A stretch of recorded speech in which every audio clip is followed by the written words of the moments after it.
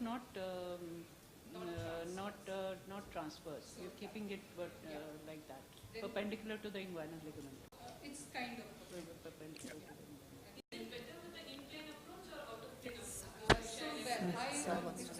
Yes. I'll let you. So, I didn't meet you, but I just guessed. sir, please. So he's the guy who published in RAPM and. She kept saying her Simran must have shown the block, and I was wondering how I missed it. Yeah, I think that reference was a little, like not familiar with everybody, because not everybody would have listened to him. But that's nice. That's nice. So we'll discuss it in the next Dr. lecture. Bhattacharya, sir has a question.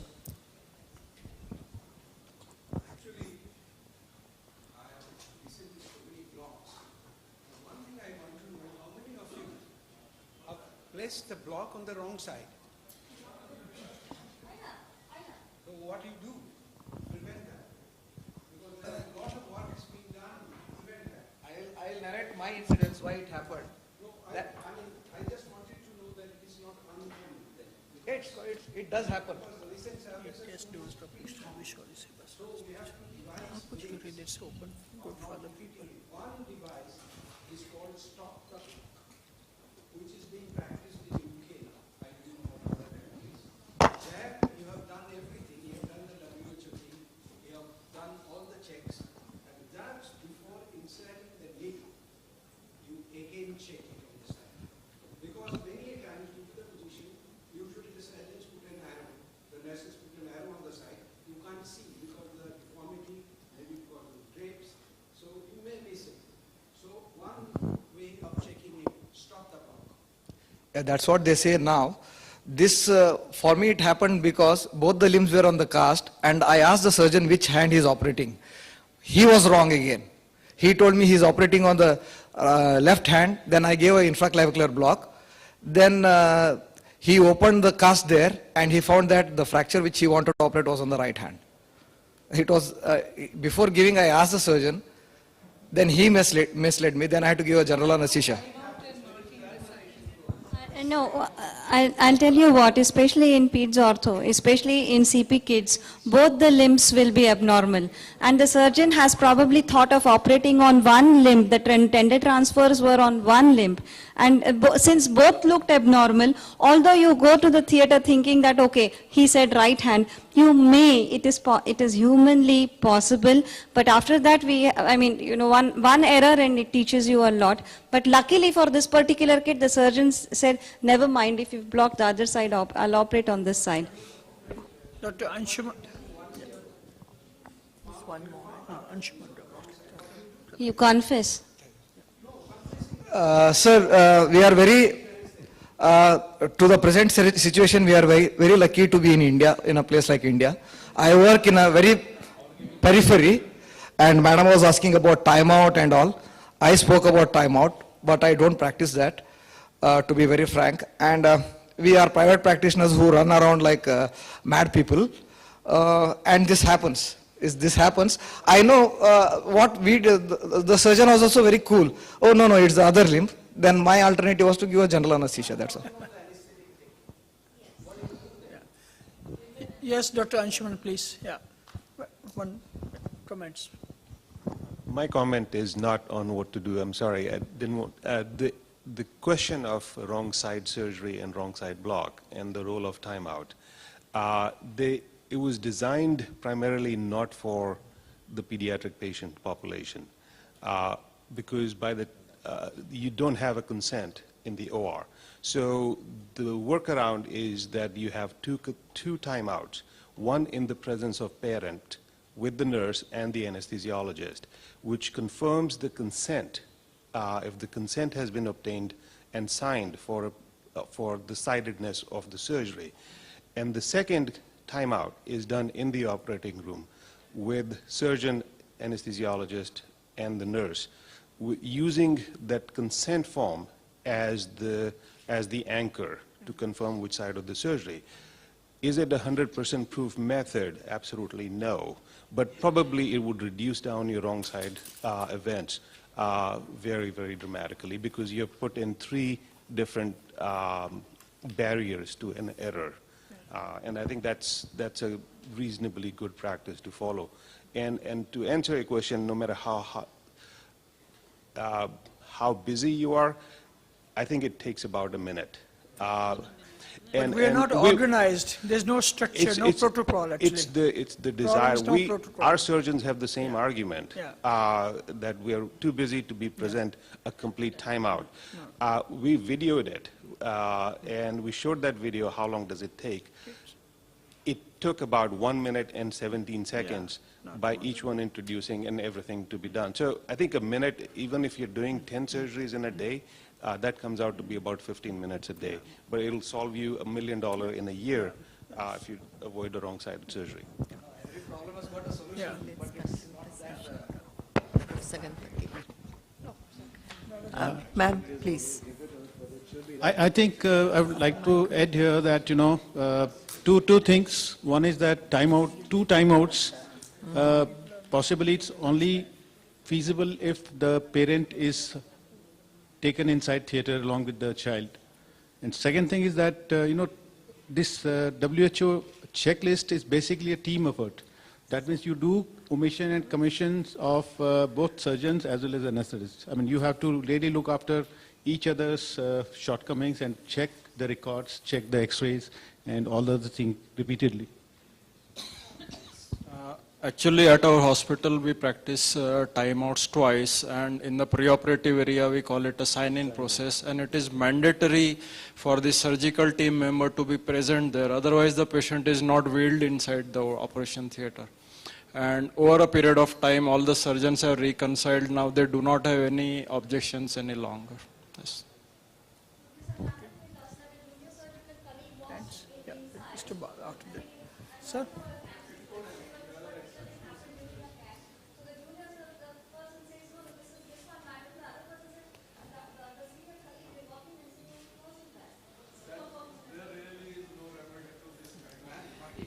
I think one last question from Professor Ganpati, Yeah. please.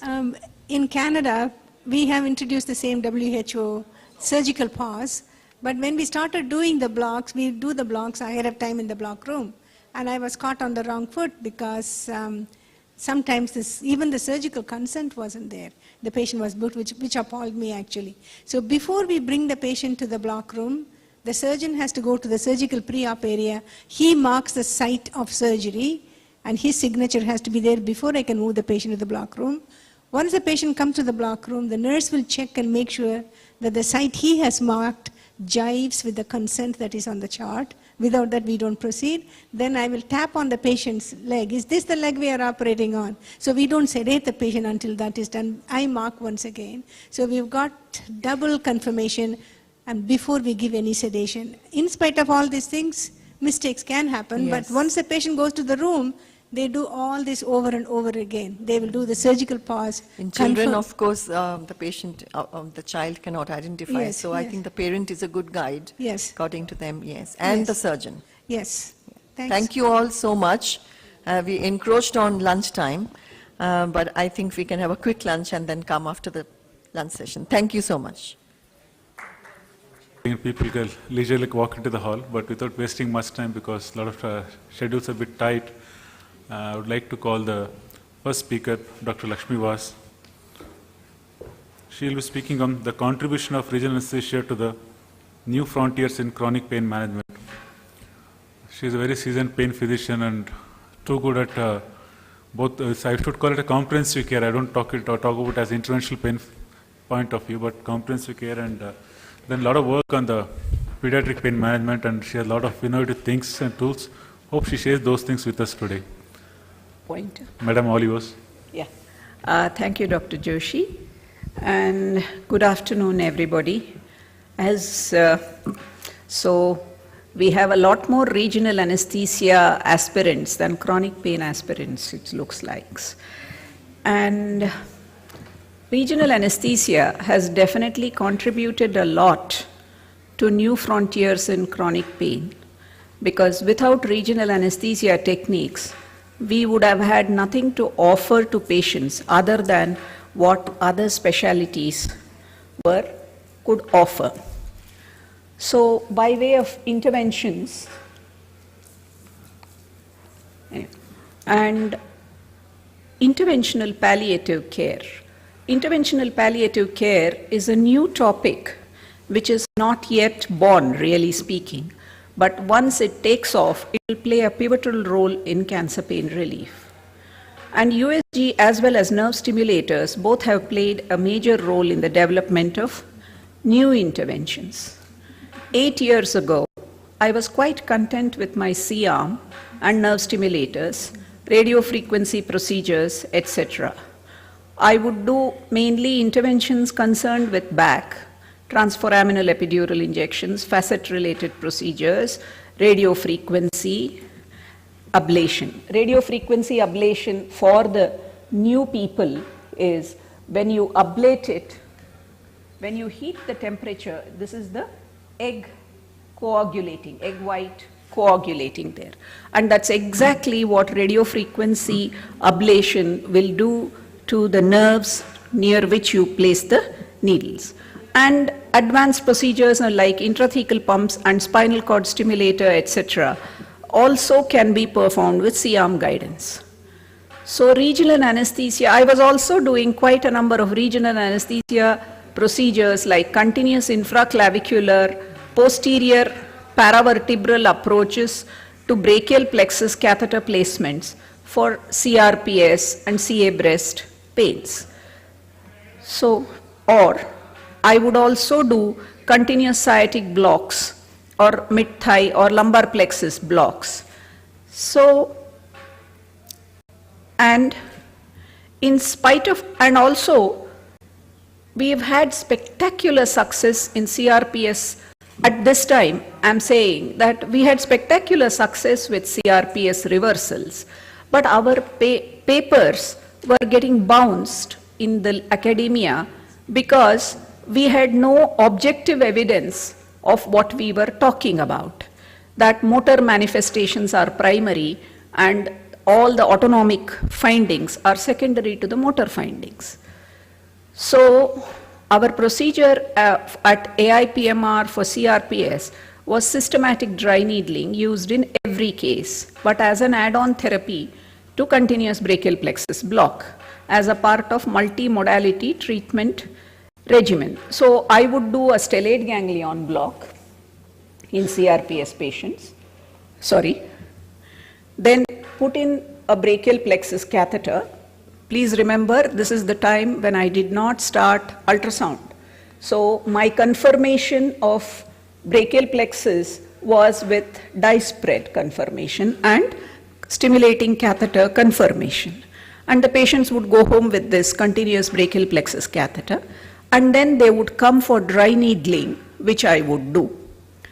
And then they would go and do physiotherapy for their relief. And this particular picture is very interesting because it is an old patient teaching 2 new patients how to do physiotherapy. So,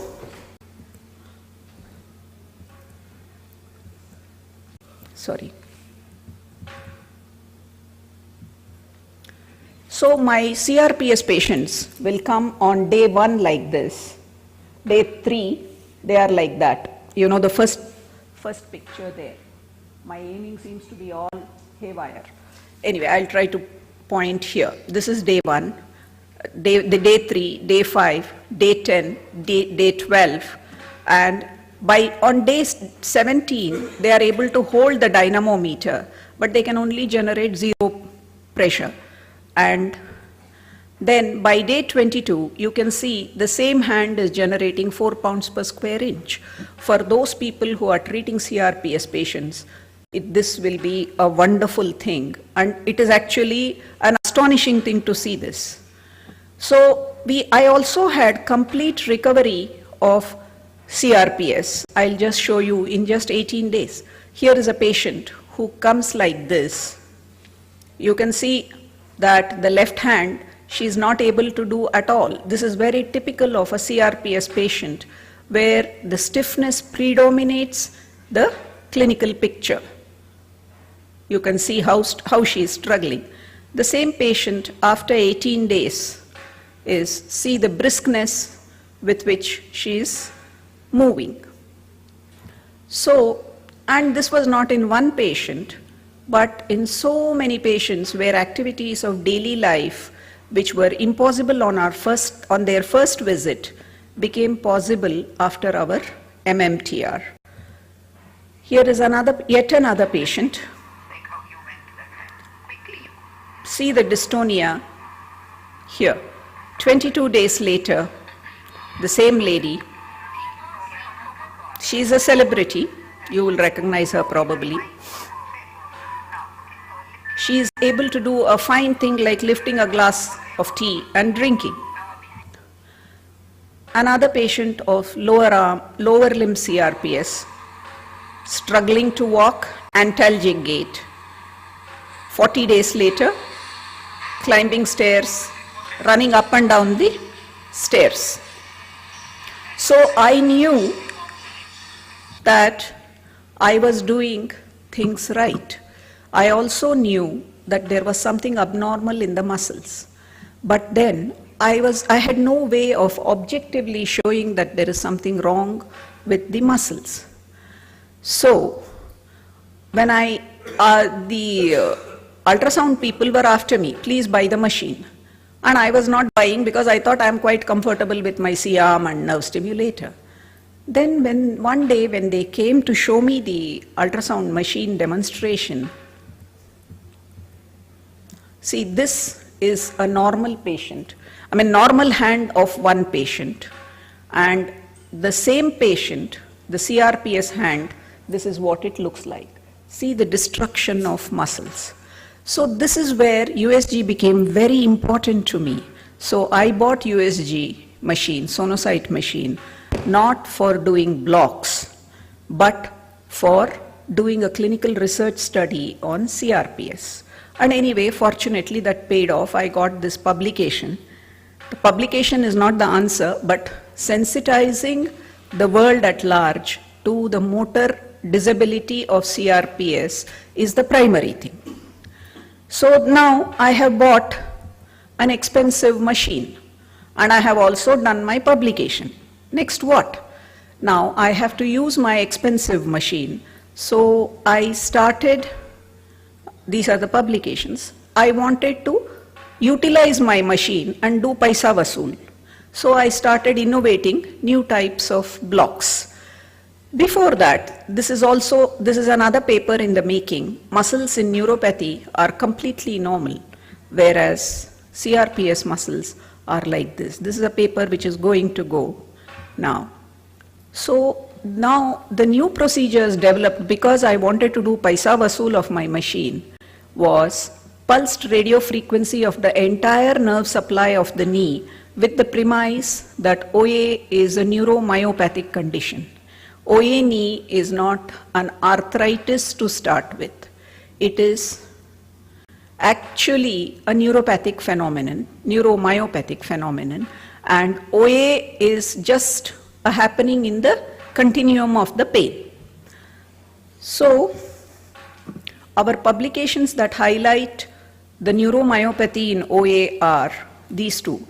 Both present the view that knee pain, which has been attributed to OA, is actually a neuromyopathy, and OA is just an event in the continuum of neuropathy that leads to bone approximation and frictional changes in the joint that manifests as arthritis. So what we do here, this is a new, very novel procedure, and what we do here, we target the entire nerve supply of the knee with PRF. We do PRF of the femoral nerve, which supplies the quadriceps muscle, and we target actually three nerves, the femoral saphenous, the common peroneal and tibial nerves, and three plexuses, subsartorial, peripatellar, and popliteal plexuses. So this is the sartorius and saphenous nerve beneath it, and then the subsartorial plexus, this is the peripatellar plexus. These are our procedures as we do them. So we do USG guided PRF of the femoral nerve, followed by PRF of the saphenous nerve here. The common peroneal nerve is here, and this is the needle tip is at the tibial nerve. So all these procedures would not be possible for me really with just nerve stimulator, and it is because I had the ultrasound that this is a new contribution of ultrasound to development of new procedures in pain management. And this is the peripatellar needle here.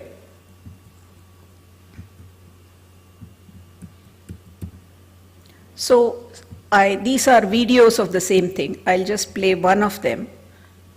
This is, see, the saphenous nerve is known to be a sensory nerve. It is described as a purely sensory nerve, but it also has a motor component. This is something I discovered because of ultrasound again, where,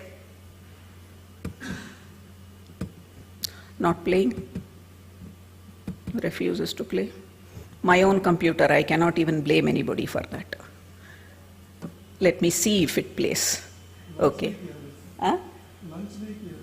Lunch nahi kiya shayad. Yes. I went for lunch, but not my computer.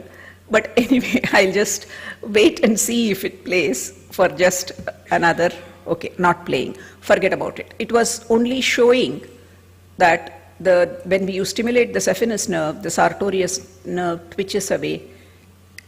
And one of the interesting things of this paper was that the pre-post PRF radiographs show a change in the bone.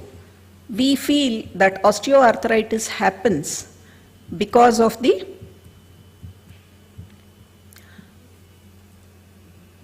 joint problems. But here is the pre-PRF patella, which is completely out of track. It is lateralized. Post PRF, where I have not touched the joint, I have not touched the patellar joint or the tibiofemoral joint. I have just manipulated the nerves in this. The post, you can see that the patella is centralized. And this is the other leg, where again the patella is centralizing.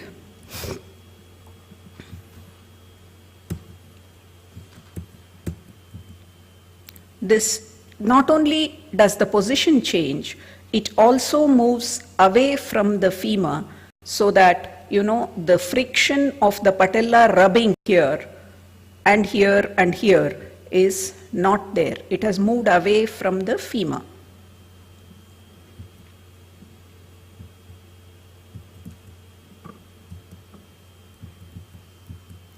Another thing is, even in the tibiofemoral joint,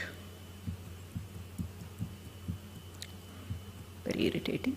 Anyway, this one shows the everted patella becoming normal here.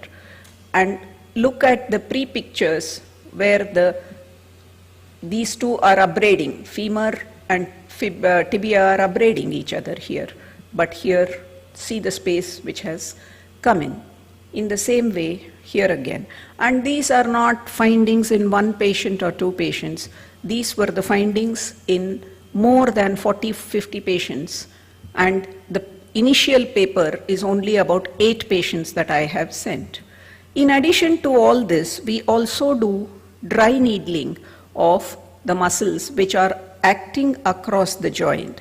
This is another intervention which, if you see, previously it was imagined that when a needle goes in, there is a twitch, local twitch response. Here with ultrasound, we can show the local twitch response.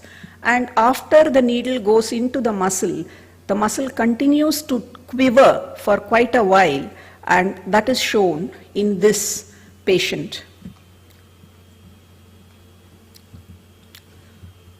My computer is definitely acting smart. Let me see again. Refusing to play. This was showing after a while there is a continuous flutter going on inside the muscle. Anyway, after 12 years of chronic pain management, nerve blocks, I believe, only relieve pain. Dry needling relieves not only pain, but also relieves stiffness, and the swelling, thereby enabling the physiotherapy to reverse disability. So dry needling is actually the philosopher's stone of pain management, but without nerve blocks, dry needling is only half effective. So it has to be a combination of both. Another thing is USG in chronic pain, where regional anesthesia, the focus is on nerve blocks. Here the focus is on muscles, joints, as well as on nerves. So a 3D knowledge of the relations of the muscles to nerves, muscles to bursae, and muscles to joints, essential. Now I will take frozen shoulder as an example of treatment of frozen shoulder, as an example of what I am saying. We have to inject bursae, we have to inject joints, we have to inject nerves if we want to be effective in frozen shoulder. Frozen shoulder is considered as idiopathic limitation of humeroscapular motion, supposed to be mainly due to contraction and loss of compliance of muscle cover. Now, this is what is the original orthopedic surgeon's idea of frozen shoulder, capsulitis. Is it really that? We'll see. So, most of them try to inject the glenohumeral joint, and with sometimes success, sometimes it's a hit or miss phenomenon. Some patients do well, some patients don't do well. The orthopedic surgeon is happy that he has done something. And some orthopedic surgeons target the bicipital tendon. But many times it is done blind. How he will find these two tendons inside this muscle mass is anybody's guess. And a few enterprising pain specialists have started doing suprascapular nerve block or PRF. If you look at it, suprascapular nerve block supplies supraspinatus, infraspinatus, but the frozen shoulder pain is all around the shoulder, not just in these two areas. So shoulder actually comprises three joints: the glenohumeral, where the movement occurs, the sternoclavicular, again where the movement occurs, and acromioclavicular, where there is no movement at all. Though there is no movement in acromioclavicular joint, it is the source of tremendous pain in frozen shoulder. Two nerves, out of which suprascapular and axillary play a major role, and bursae, subdeltoid and bicipital tendon bursa. And of course my obsession, muscles. So our approach is to do injections around the shoulder, left suprascapular nerve, the axillary nerve, RF or injection we do. I do RF in affording patients who can afford RF, and those who cannot afford RF, I just do a steroid injection. Subdeltoid bursa injection, bicipital tendon injection. Here you can see the effusion in the bicipital tendon. Once again, all these blocks have become possible only because of ultrasound. Acromioclavicular joint, as I told you, is a joint that is encompassed by the trapezius on one side and the deltoid on the other. So this is the trapezius insertion area here, and this is the deltoid insertion area, and this is your joint. So, and the muscle configuration of trapezius is such that it squeezes this joint with any shortening of the muscle. So this is the acromioclavicular joint in another patient where it is showing a tremendous amount of effusion. Unless you inject this patient will never move her shoulder. So you can give bicipital tendon injection, you can give capsulitis, glenohumeral joint injection, but unless you inject this joint, acromioclavicular joint, they will not move. That is what it is. So this is a subdeltoid injection which is happening. Subdeltoid bursa, sorry, I think my computer has decided to make my presentation a mess. I apologize for that. So this is a subdeltoid bursa injection happening. Fortunately, it's favoring me. So this is one, subdeltoid bursa is something that communicates with the glenohumeral joint, with the bicipital tendon, and all across it goes. And Am I running out of time? Yeah, another 3 minutes. 3 minutes, okay. So bicipital tendon injection also, it has a long head and a short head, and we have to inject both. Both arise from the coracoid, and the long head is more vulnerable because it goes through the bicipital groove, whereas this goes directly, the short head goes directly. This is the coracoid where we have to do the injection, and we again go and inject into the bicipital groove. Again, I hope this plays. No? Okay.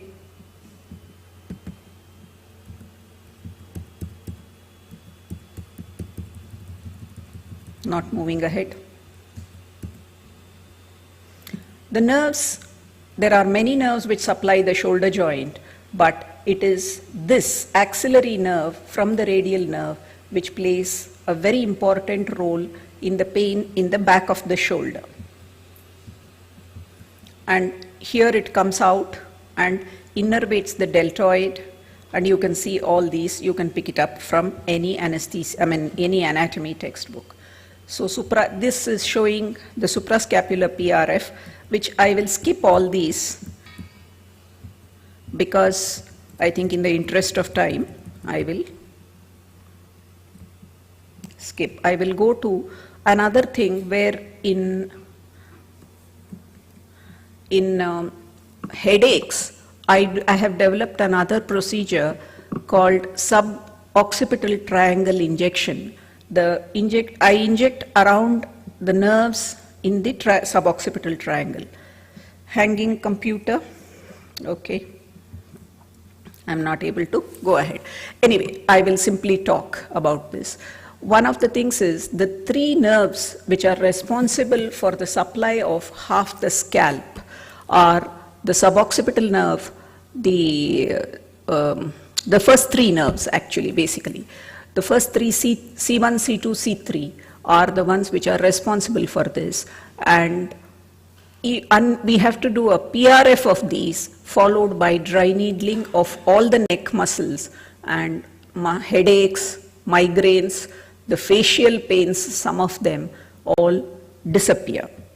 So there are so many things which are possible when you think in a slightly different way and use newer techniques like ultrasound to facilitate us to do all these blocks and learn anatomy in a very different way. See, so far, everybody has looked at nerves as the cause of problem. Orthopedic surgeons look at bones and joints. Anesthetists also tend to look at nerves. And as anesthetists who become pain specialists tend to look at nerves. But chronic pain comprises all this and a lot more. Trying to solve it with joint-centric approach, trying to solve it with just nerve-centric approach is bound to meet with failure. And that is why the best reviews on neuropathic pain claim only 30% result. If we look at it in a whole, if we take, instead of the tunnel vision, if we take an overall view, chronic pain is very easily solvable. We just have to make up our minds and get on with it. And the academia is the first which has to make up its mind. Thank you. Thank you, and that was wonderful clinical experience you have. We are aware of that one. For your session, we'll take the questions at the end, madam. A lot to be discussed.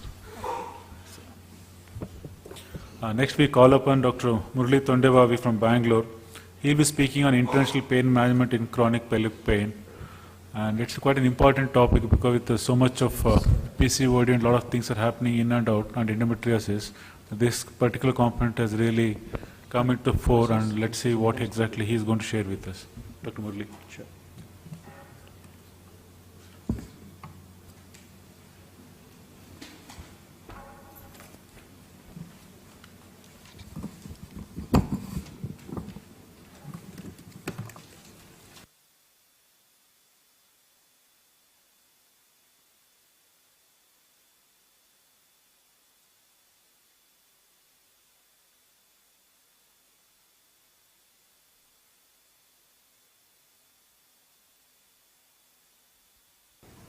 respected chairpersons and my dear friends, good afternoon. Now the topic given to me is interventional pain management and chronic pelvic pain. Now my disclaimer here is we've got experts here who have been doing treatment for chronic pelvic pain for close to a decade plus, and I'm honored to be in front of them talking about it. Now the outline of my talk would be to talk about pelvic pain, what is the problem that we are seeing, talk a little bit about the somatic blocks that can be done, the sympathetic blocks that can be done, and advanced interventions which have been approved by various bodies. Now, chronic pelvic pain is defined as a pain of apparent pelvic origin that has been present most of the time for the past 6 months. So when we get a patient to the clinic, they're generally referred by either the gynecologist, the urologist, or general surgeons, or they might just walk in. So the problem can be a gastrointestinal problem, a gynecological problem, which is quite common with regards to pelvic pain, urological problem, musculoskeletal, and one thing which we shouldn't forget is a psychological problem. So we do have patients, especially with chronic pelvic pain, who might have a previous history of abuse or some other psychological disturbance which might be playing up and amplifying the pain. So coming to chronic pelvic pain, now most of the pain physicians across the world would agree with me, it's difficult to diagnose the source of pain, it's difficult to treat the pain, and the last thing, it's difficult to cure the pain. So having seen that it's quite difficult to treat and cure this pain, we have got many treatment options. The first being pharmacological, which is quite obvious, we would have tried them on various medications.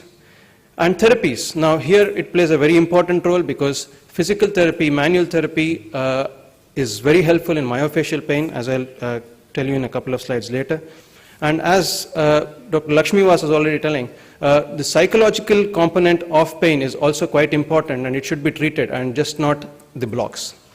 Then we have surgical management of chronic pelvic pain. So we have surgeons now doing laparoscopic sympathectomies. So we have some surgical way of managing this pain. And the topic which I'm going to be focusing today would be the pain management interventions. So coming to somatic blocks, the first one which I'll be covering is a pudendal nerve block. Now pudendal nerve arises from the ventral rami of S2, 3, 4. It's a mixed nerve carrying the motor, sensory, parasympathetic and sympathetic. And it passes through two important ligaments which you should keep a note. One is the sacrotuberous, one is the sacrospinous. Now the reason why this is important is it can get entrapped between these two ligaments. And the other place where it can get entrapped is the Alcock's canal, which is actually nothing but an extension of the obturator internus fascia on the ischial spine. So these are the two places where the pudendal nerve can get entrapped and can cause pain. But the indications for a pudendal nerve block are, it could be malignancy of the labia or the scrotum, as a diagnostic block in patients who come with a vague pain in the perineum, which could arise from, say, a spinal pathology or from a peripheral pathology, so helps in differential blockade. Prior to neurolysis, to confirm whether the patient will get benefit from it, and persistent pain post-trauma. So one of the common things that can occur is people who cycle regularly, it's called the saddle pudendal neuralgia. So the saddle of the cycle can press on the nerve as it comes out of the ischial spine and cause severe pain. And it's also been used in palliation of persistent itching. So one of the common techniques without any sophisticated equipment is doing it anatomically. So here we would use a finger in the rectum or in the vagina, palpate the ischial tuberosity to start with, then come up on the ischial spine and direct the needle to just pass the ischial spine by a few millimeters and inject the local anesthetic.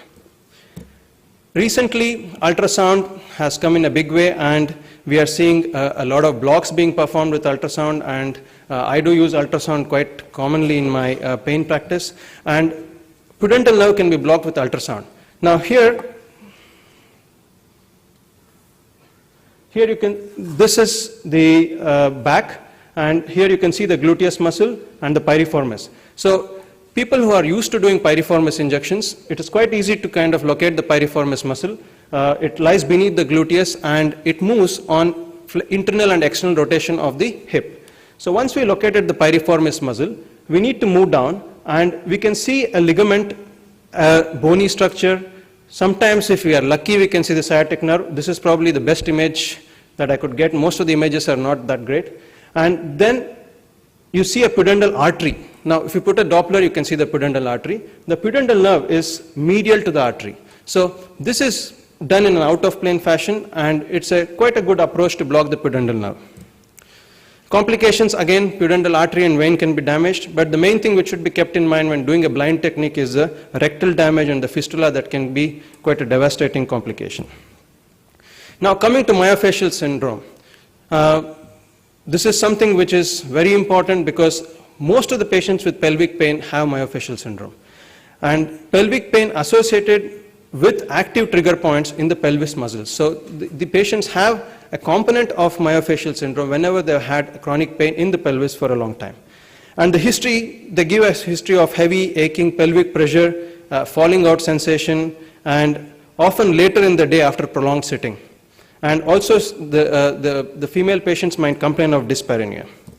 Now here physical therapy makes a big impact, trigger point injections, dry needling, and even Botox, or a combination of the above. So these are quite helpful in treating the myofascial pain which arises in the pelvis.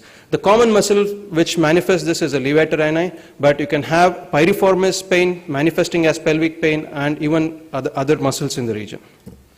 So moving on to sympathetic blocks. Now the main thing we have to know about somatic and sympathetic is the somatic pain is a different kind of pain. It can be well localized. The patient will have an acute onset, and generally after around 5 to 6 months of somatic pain, they will end up with a component of sympathetic mediated pain. So there has to be a clear understanding of how sympathetic pain will manifest and how somatic pain will manifest. Now coming to superior hypogastric block. Now, this is nothing but an extension of the aortic plexus. There is continuity with the celiac plexus and the lumbar sympathetic chain. It innervates the pelvis through two hypogastric nerves, the left and the right, and it is located anterior to the L5 and S1 body. So it's lower 1/3 of the L5 and the S1. So here you can see the superior hypogastric plexus in green with the red and the yellow arrow showing the up and the down transmission of signals, the hypogastric nerves on either side, and here the hypogastric nerves come and form what is called as inferior hypogastric plexus. Now we cannot block the inferior hypogastric plexus because the plexus actually is embedded in the pelvic viscera. So our target actually is the superior hypogastric plexus because this forms a junction of all the pelvic pain, the sympathetic pain going up centrally. So the superior hypogastric plexus receives afferent fibers from most of the pelvic organs. I'm not going to talk about them, but it's generally most of the pelvic organs. And the indications again can be gynecological, such as endometriosis, as Dr. Joshi was mentioning. We see quite a lot of patients, young patients coming with endometriosis, adhesions, non-gynecological like interstitial cystitis, and even chronic post-surgical pain. And of course, malignancies of pelvic viscera, they definitely respond quite well to this block. So coming to approaches, there have been a lot described in the book, the lateral, the medial, the transdiscal, anterior, with fluoroscopy and CT scan and ultrasound. So coming to lateral approach, this is what has been classically described earlier, where the needle is inserted around 5 to 7 centimeters lateral to the L4 and L5 transverse process, and then the needle is passed just to miss the L5 transverse process, heading anterior on the L5 and the S1 body. The medial approach, again, which is described with the fluoroscopy, is when the C-arm is tilted 15 degrees caudad. Bony points are marked, and there's a window between these three bony points which is used to make the entry of the needle. So here, this is an image showing a needle entering nearly halfway, reaching the anterior part of the L5 and S1. And this is the anatomical window that I was talking about, the transverse process of L5, the sacral ala, and also the iliac crest. So this is a video.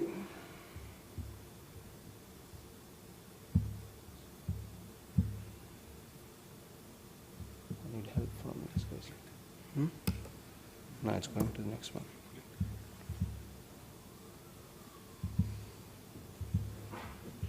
This is a video actually showing the dye spread in front of the L5 body.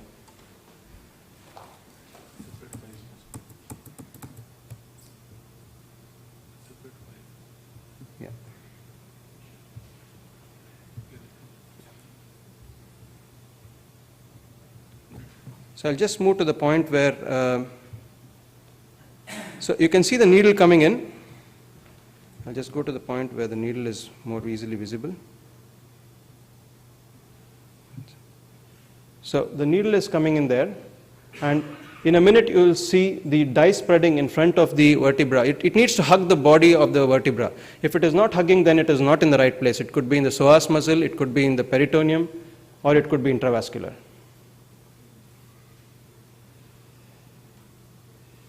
So now you can see the dye spreading, and it is spreading up and down, hugging the vertebral body. So this is the kind of dye spread that you should see before injecting a neurolytic agent.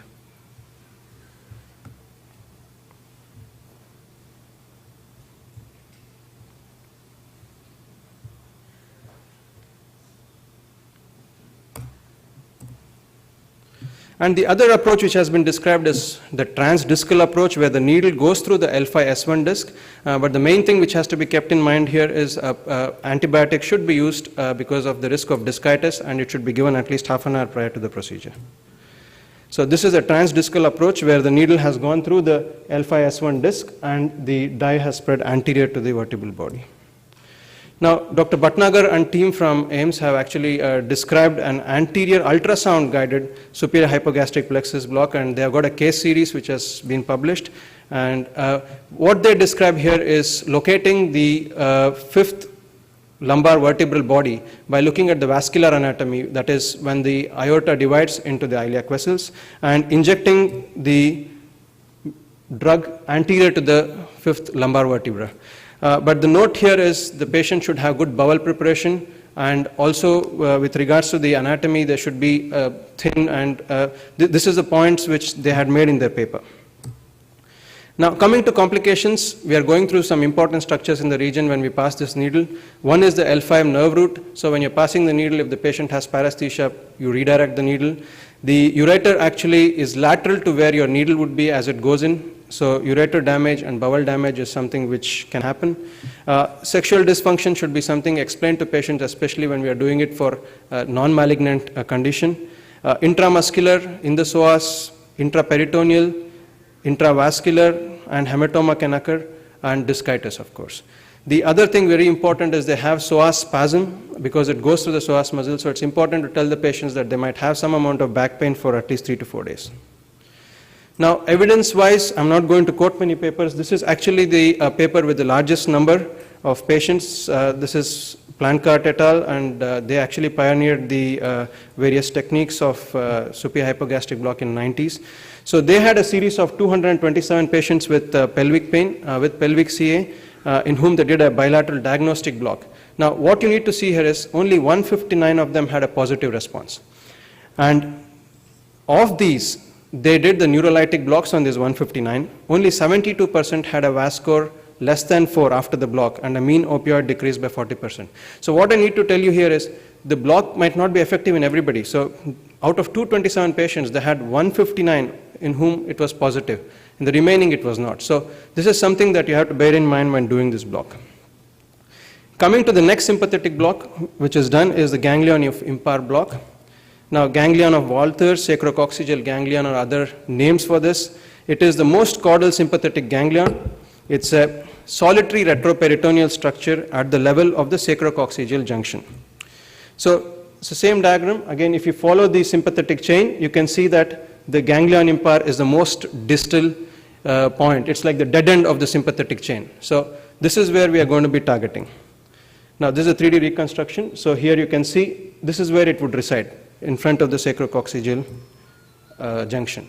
Now, this receives afferent fibers from the perineum, distal rectum, anus, distal urethra, vulva, and the distal third of the vagina.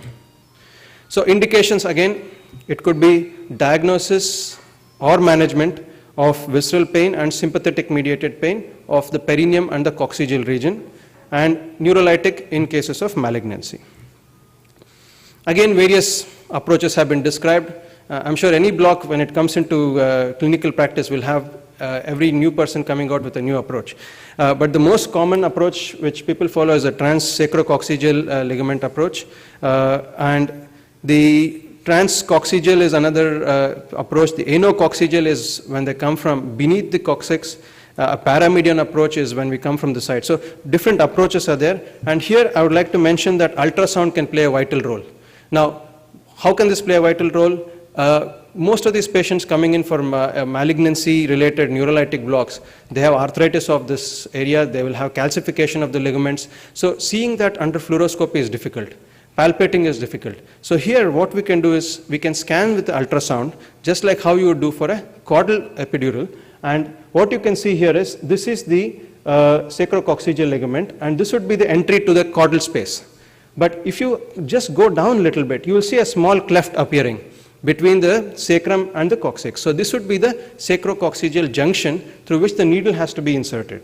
So the angle at which the needle has to be inserted can be ascertained by ultrasound.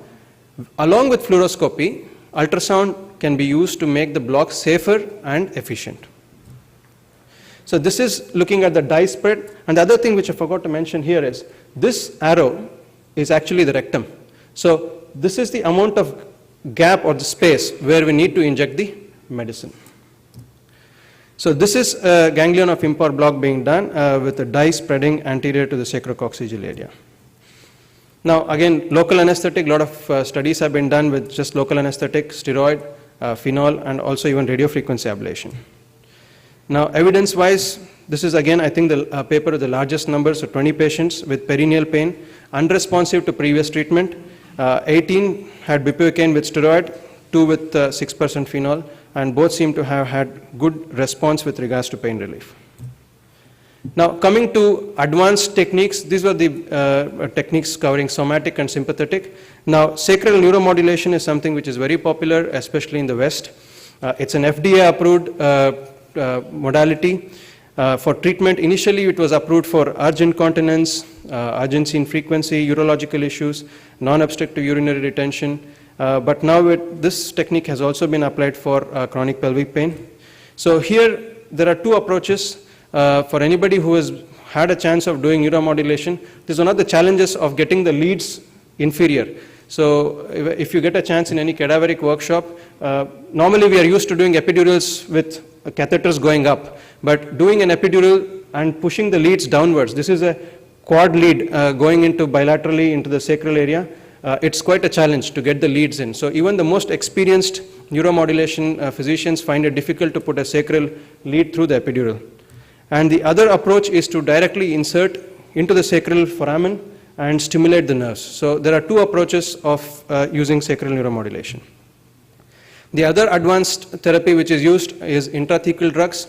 So this is indicated in patients with poor pain control, patients with intolerable side effects to opioids and other medications, and generally in patients who have life expectancy of greater than 3 months in cancer patients. And there are two choices we have here. One is a tunneled intrathecal catheter with a CAD pump infusion running, and the other one is an implantable drug delivery system. So this shows actually a tunneled intrathecal catheter coming out of the skin, which is connected to a CAD pump and a morphine solution. The other modality is the intrathecal drug delivery system, where there is an implantable device which is inserted in the anterior abdominal wall, and this sits in the patient for a few years. So the pros and cons of each of these: the CAD and catheter has got low costs, so can be used in various settings. Home teams and hospice can manage these kind of systems. The only thing is about sterility, because it's very easy to introduce infection, so you have to be extremely careful, and refills are quite cumbersome. Generally, the pumps are external, so failure of pump or the failure of a device is uncommon. Generally used in patients whose life expectancy is between 3 to 6 months, and one of the risks is infection in this. Whereas coming to intrathecal drug delivery systems, high upfront costs because of the device. It requires an expert who's done many of these to implant one and keep it maintained. Refills are easier compared to the other one. Rare chances of pump failure, and it can last for years. So in conclusion, what I would like to say is chronic pelvic pain requires patience, understanding, and collaboration from both patient and physician. It's not an easy condition to treat. Obtaining a thorough history is key to accurate diagnosis and effective treatment. Diagnosis is often multifactorial, may affect more than one pelvic organ. Treatment options again are often multifactorial: medical, surgical, physical therapy, cognitive, and interventions. I left the interventions to last because the remaining are extremely important. Thank you. 1 minute, Murali. Thanks for that good presentation, Murali. He has to go to other hall for another lecture over there. If any questions to be asked, 1 or 2 we can allow before we move. Sir. Sir.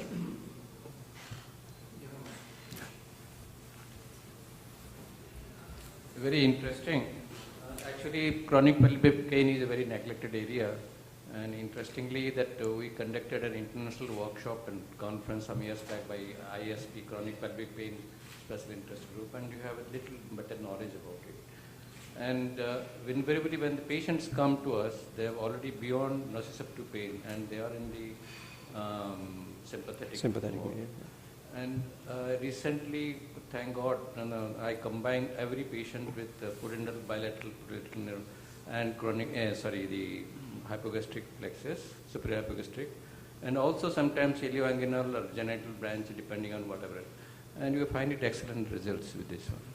Now, as far as the sacral stimulation comes, the Medtronic have got InterStim, and that's very easy to introduce. You don't have to go through the hassles of trying to manipulate the leads in spinal cord stimulator leads downstairs. So InterStim works, and I've got a couple of patients who have done very well about them. Thank you very much, sir. And sure. You want to reply? No, I think it was, about the pudendal nerve, yes, because one of our senior colleague used to do the pudendal nerve for post-operative pain relief in lithotomy position. Yes. The patients were operated in lithotomy. Yeah, there is an approach for lithotomy position, yeah. And the other thing is what you have told, I think, Dr. Sarath, our neurosurgeon, he has done 1 or 2 cases of this. Stims. And particularly, a doctor, ophthalmologist, was having micturition problem and other things. He had put of course, it was under surgery. And in fact, I think Madam might have a comment to make, because I was just discussing. To continue that one, in fact, I have a case where the patient had failed back surgery syndrome, is a foreign patient, and later on she developed severe chronic pelvic pain, dyspareunia and all that thing. She came and we said we had to choose between, we use a spinal cord stimulator for your back pain, the radicular pain, the failed back syndrome, or your pelvic pain. So preferred to use, that's I said the pelvic pain was more severe than the back pain. Then what I did is, we had a dual channel stimulator, and by the Medtronic. Yeah.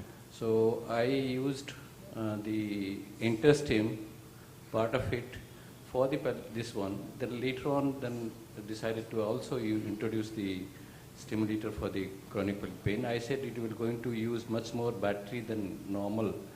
And I talked to a friend of mine in New York, and he said he is planning to do it. I said, do it. So maybe 2 of us will together put this. So there is no literature saying that you can use the sacral stimulation and a lumbar stimulation at the same time. But one thing which is, I think, very important is, whenever a patient comes with pelvic pain, we always find it difficult to ask difficult questions. And that is what I have experienced initially in my training. So a young lady walking in, it's very difficult to ask the questions which we want answers for in the first sitting. So it's very important, I think, to develop a psychological rapport with the patient, because these patients are quite traumatized. And that was another point which I wanted to make, because we brought up the issue of vaginismus and dyspareunia. Yeah. And if there are trigger points, first you have to exclude. Yeah. Then you can go for these ones. Yeah. What is your experience? We'll come. That's very important. Actually, we keep getting, and it depends on type of incident, we keep getting a lot of endometriosis patients. They come with a lot of these issues and all. And we keep on doing the hypogastric plexus block, and the results are quite encouraging, because because there's no other option, because they would have completed a family, and many of them are coming with the addiction of the opioids. Young mothers come with the addiction of opioids. It was very difficult for us to really understand, but this is really making a lot of difference for many of our patients there. Though we do use for the myotic lesion patients and all, but I should say endometriosis patient is one patient probably who has such a long survival compared to the malignancy patients, and definite results have been quite good with hypogastric plus block, and also of course what he was saying about the ganglion impulse, the last junction of sympathetic chain. Both are very good, so very, very comfortable to do. I fully agree with you, and I have a couple of patients the way you explained that. You are right, sir. Including somebody had got a young lady, she was so desperate. She had surgeries in Africa, Germany, in Delhi. Nothing worked for her. And but only one thing I would like to highlight is you showed one of the largest series of 227 patients where 157 had that is good result. That is one thing I want everybody to keep in mind. It's not that somebody comes with endometriosis pelvic pain, you jump for a needle. Look at that, that kind of expertise and all, there was so much difficulty. A lot of things to address, as you rightly mentioned, so many questions might be there, which you might find difficult to elicit, or you may not understand, but that might be the reason for the failure rather than your technique. At the same time, I must tell you that we have all make an effort to educate our gynecologist and urologist that there is a solution, because what they say, there is nothing else can be done. So that's why we did, I give lectures in urological meetings and gynecology meetings on chronic pelvic pain. They are now better educated. There are more referrals coming in there. Thank you. Madam, anything you want to add? But you are quite audible, madam. You are quite audible. For us as technocrats, it's very easy to jump for an intervention. These patients, I think you have to work them up very well. And as Murli said, you need to ask the difficult questions. And sometimes